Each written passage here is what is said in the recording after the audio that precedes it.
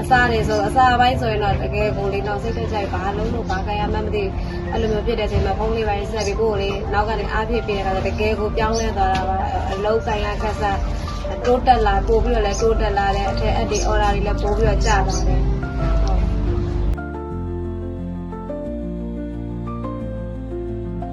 တကယ်ညအဲ့စင်းသုံးလိုက်တဲ့အခါကျအော်ကိုမှတ်မိတာပေါ့နော်အော်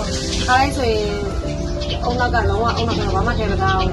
အခုကျတော့ငါဒီနေ့ဘယ်လောက်မှတ်လိုက်တယ်ဘယ်လိုဆိုအရာလေးကိုကြည့်ကြည့်လိုက်လို့ရှိရင်တော့ကိုယ့်အတွက်ပို့ပြီးတော့စင်းစာကိုလမ်းကြည့်ကြမလို့ကိုဖုန်းပါတယ်အော်ငါဘယ်လောက်ရတယ်အဲ့လိုမျိုးကြ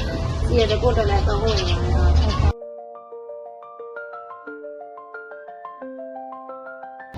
ကိုယ့်ရဲ့အားနည်းချက်ကတော့ဒီအလုံးလုံးတဲ့အခါမှာအဲစင်းရင်မလုပ်တာတခုစင်းရင်ကတော့မလုပ်ဖြစ်ဘူးပေါ့နော်ကိုကပုံမှန်လိုပဲရက်ကွက်ပုံစံမျိုးဆိုတဲ့အခါကျတော့ဒီနေ့လုပ်ဒီနေ့ရဒီနေ့ပြေးသူကလည်းအရေးတကြီးဆိုတော့အဲတခုတော့ရှိခဲ့တယ်ဒါပေမဲ့အခုကျတော့အဲအွန်လိုင်းချိန်ထဲမှာစင်းရင်လုံးရမယ်စင်းရင်ဒေသလုံးရမယ်ဆိုတော့အဲစင်းရင်တွေပဲဒေသလောက်တက်လာတယ်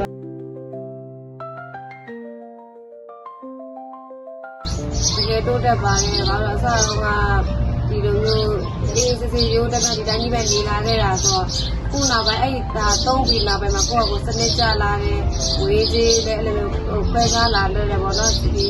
စင်းစရာတွေတိကျအဲ့လိုမျိုးကိုကတော့ဒါတိုးတက်လာတာပါအထည်တွေလည်းပုံမှန်ထက်ကိုတအားနဲ့ဟိုပေါ့နော်အထည်တွေလည်းများလာတယ်ဟုတ်